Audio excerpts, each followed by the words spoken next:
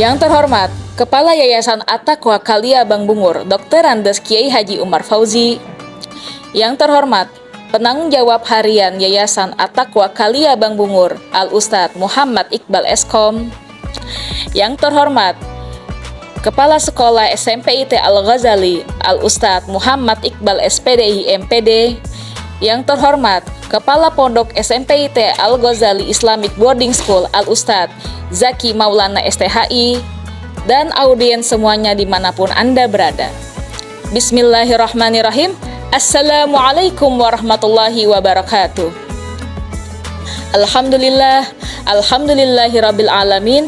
Assalatu wassalamu ala asyrafil anbiya'i wal mursalin wa ala alihi wa sahbihi ajma'in wa man tabi'ahu bi ihsan ila yaumiddin. Amma ba'd. Yang pertama-tama, marilah kita panjatkan puja dan puji syukur kehadirat Allah Subhanahu wa Ta'ala yang telah memberikan kita nikmat iman, nikmat Islam, dan juga nikmat sehat, sehingga kita bisa berkumpul walaupun lewat dunia maya saat ini.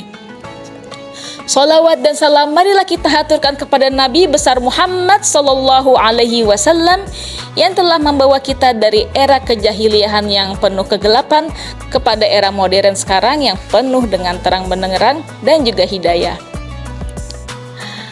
Kali ini bersama saya Feby Pranolosa akan mengajak Anda semuanya untuk menyelami pentingnya niat dalam kehidupan kita. Di dalam majelis-majelis ilmu kita sering mendengar hadis seperti ini. Qala Rasulullah sallallahu alaihi wasallam, innamal a'malu binniyat wa innamal likulli imri'in ma nawa. Faman kana hijratuhu ilallah wa rasulih fa hijratuhu ilallah wa rasulih. Faman kanat hijratuhu lidunya yusibaha aw imra'atin yuzawwijuha fa hijratuhu ila ma hajara ilaihi.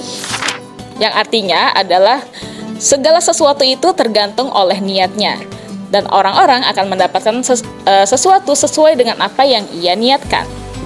Dan barang siapa yang berhijrah untuk Allah dan Rasulnya, maka hijrahnya untuk Allah dan Rasulnya. Dan barang siapa yang hijrahnya untuk dunia atau untuk wanita yang dia nikahi, maka hijrahnya untuk sesuatu yang tadi.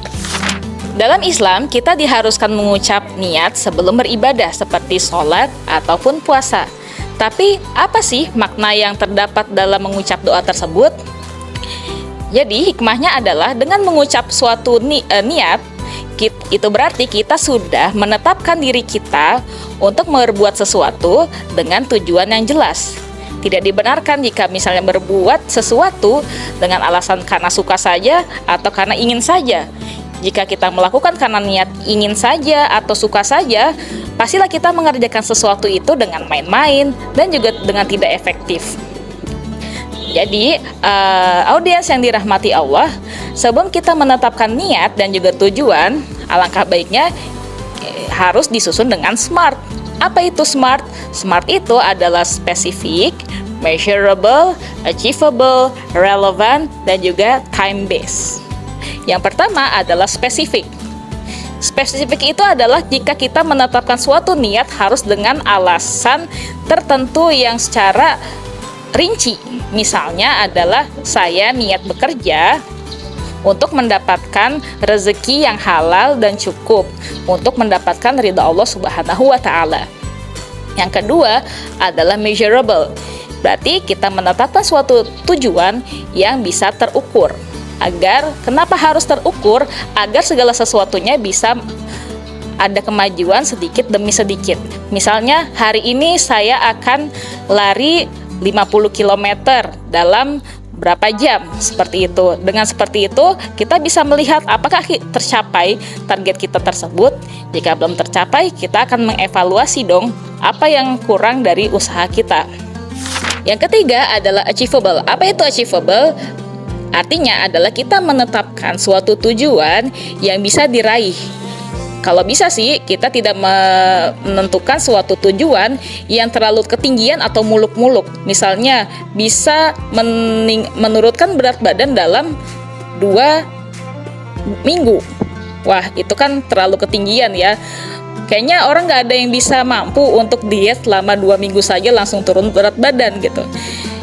Jadi kita harus melakukan step by step dari yang kecil terlebih dahulu. Yang bisa diraih kemudian baru kita tingkatkan, seperti itu. Jadi perlu diingat, perbuatan yang kecil tapi konsisten itu lebih disukai Allah dan Rasulnya daripada perbuatan yang besar tapi tidak berkelanjutan. Yang keempat adalah relevan.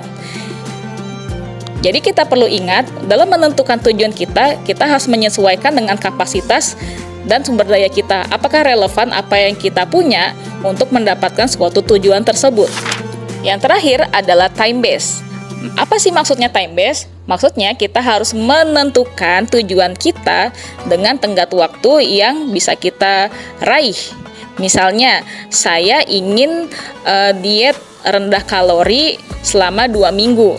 Atau saya ingin diet rendah gula selama 2 minggu. Seperti itu, jadi tidak bisa kita langsung 2 tahun atau misalnya 2 bulan seperti itu, karena itu akan sangat memberatkan bagi kita. Oke, usikum wa iyaya nafsi bitaqwallah. Aqulu qouli hadza, astaghfirullahu li wa lakum. Assalamualaikum warahmatullahi wabarakatuh.